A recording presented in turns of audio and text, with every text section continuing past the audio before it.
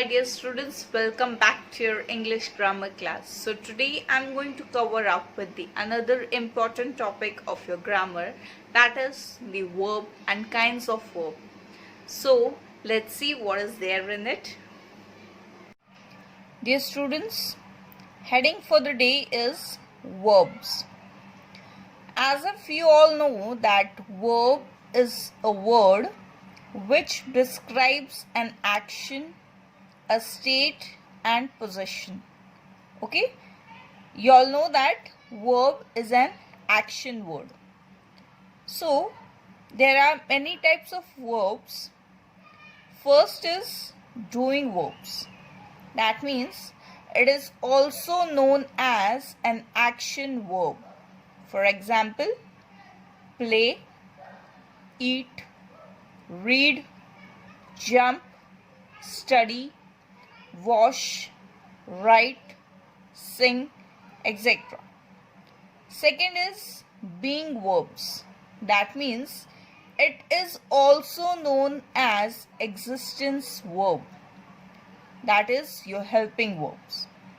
Is, am, are, was, were, be, etc. Next is having verbs. That means it is also known as possession verb.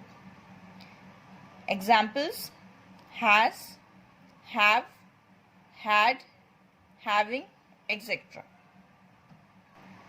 Here you can see the examples in the form of sentences. I eat my meals regularly. Now here, eat is your action verb. Okay, I'm doing the action of eating. So eat is your action verb. Next example, children play in the park. Now play is your action verb. Okay, what children are doing the action of playing, and they are playing in the park. Next, Ria is my friend. This is the being verb.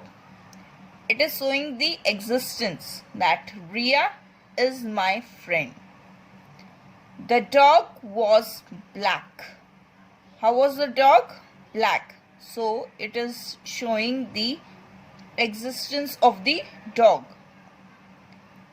I have a red pen. This is your having verb. Have is your verb. He has a big house. Has is your having verb. Now further we move to kinds of verb. There are many kinds of verbs. First is main or principal verbs. Next is auxiliary or helping verbs. Next, transitive and intransitive verbs. Next, finite and non-finite verbs, regular and irregular verbs, and modal verbs. Okay, so I'm going to explain you all these kinds of verbs in detail. The first kind of verb is main or principal verbs. Main verbs are the verbs which are used to denote any action in the sentence. They can be changed according to the other words of sentences. For examples, boys play football in the ground. Okay, so this sentence is your present tense. So play is your main verb. Next sentence, he wrote comical books. Now wrote is your verb and it is the past tense of write. Okay, write is your present tense and this sentence is your past tense. So past tense of write is wrote and wrote is your main verb. Next sentence, I wash my uniform every day. Wash is your main verb. Further, we proceed to auxiliary or helping verbs. These verbs are used with the main verbs. Okay? These auxiliary verbs are used along with the main verbs. For example, is, am, are, was, were, do, does, did, will, shall, has, have, had, etc. First is, he is writing a new story. Now here, is your auxiliary or helping verb. Writing is your main verb. Okay, write is your main verb, and along with that main verb, helping verb is added over here. So is your helping verb. Next, Ram was suffering from fever.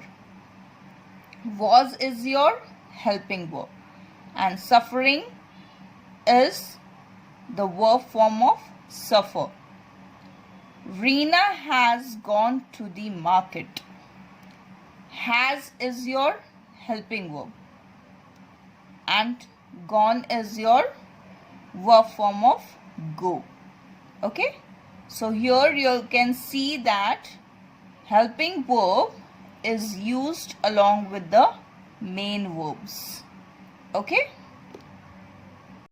next kind of verb is transitive and intransitive verbs. Now many of you all must have been having the confusion in transitive verbs and intransitive verbs. Okay, so don't get confused. It is very simple. Verbs that need objects.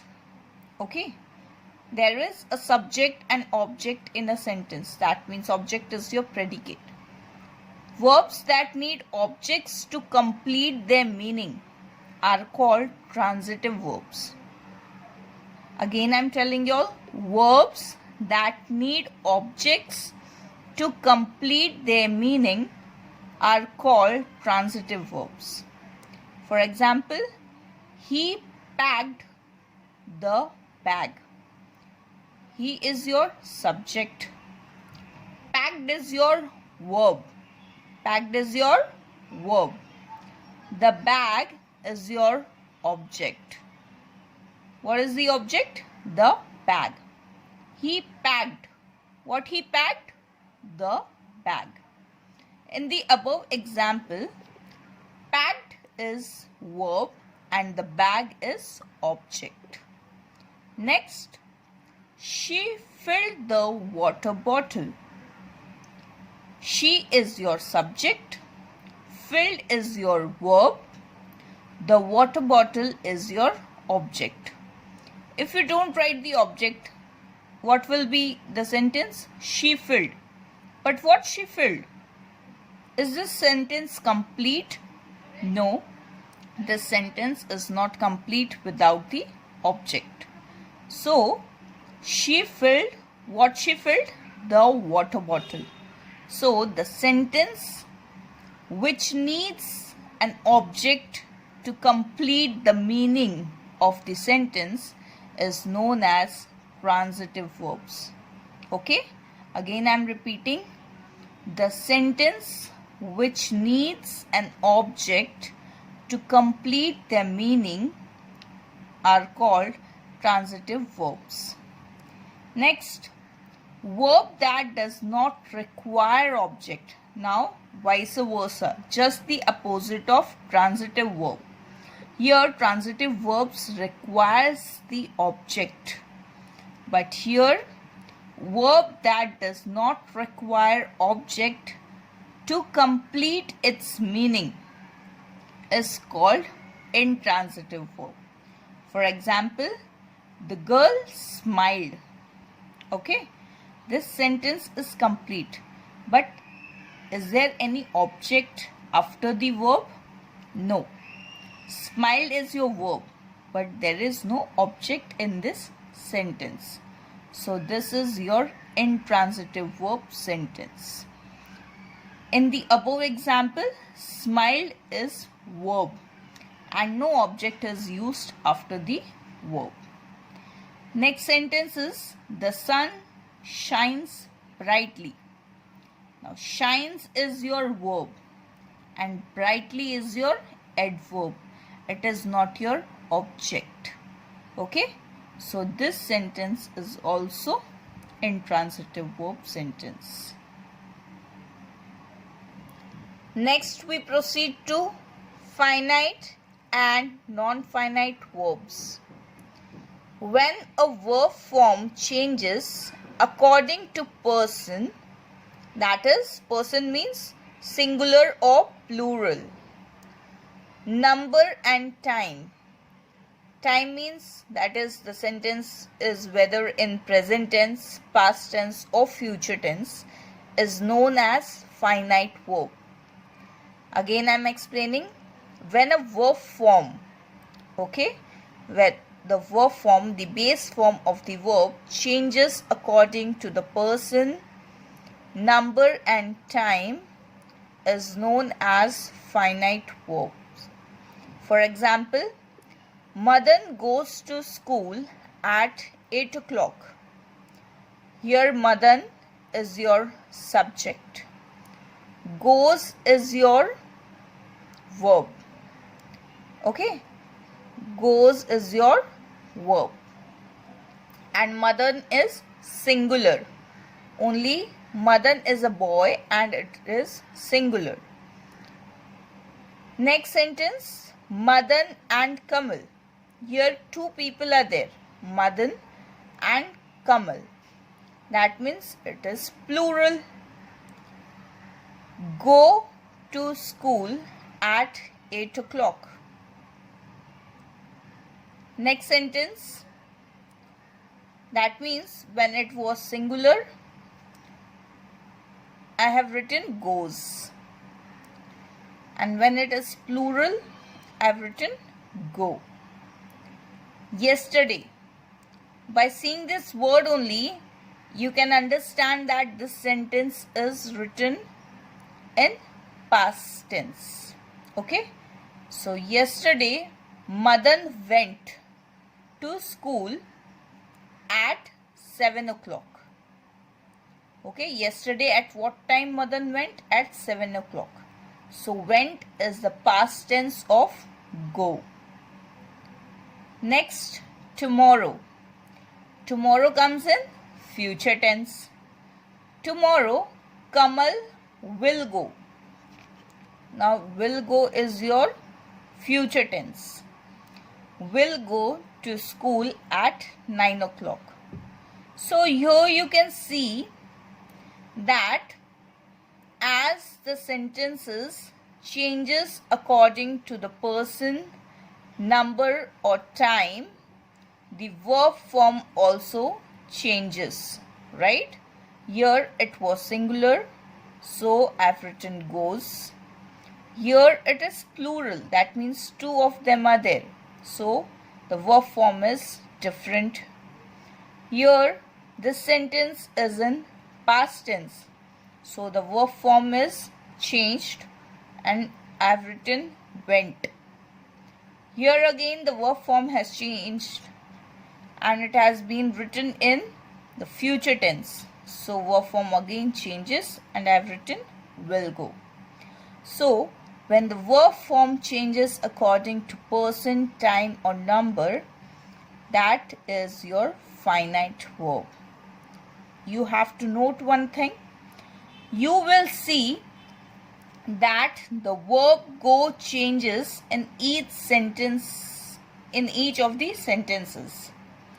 It changes in the second sentence because the subject has become plural. Okay, you can see plural. Madan and Kamal, two of them are there. So it is plural. It changes in the third and fourth sentence because the time has changed. Third sentence, it is written in past tense and the fourth sentence is written in future tense.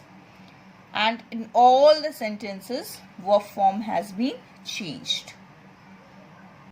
Dear students, in the next video I'll be explaining to you all non-finite verb and its types and the rest kinds of verbs, because it is a very vast and huge topic.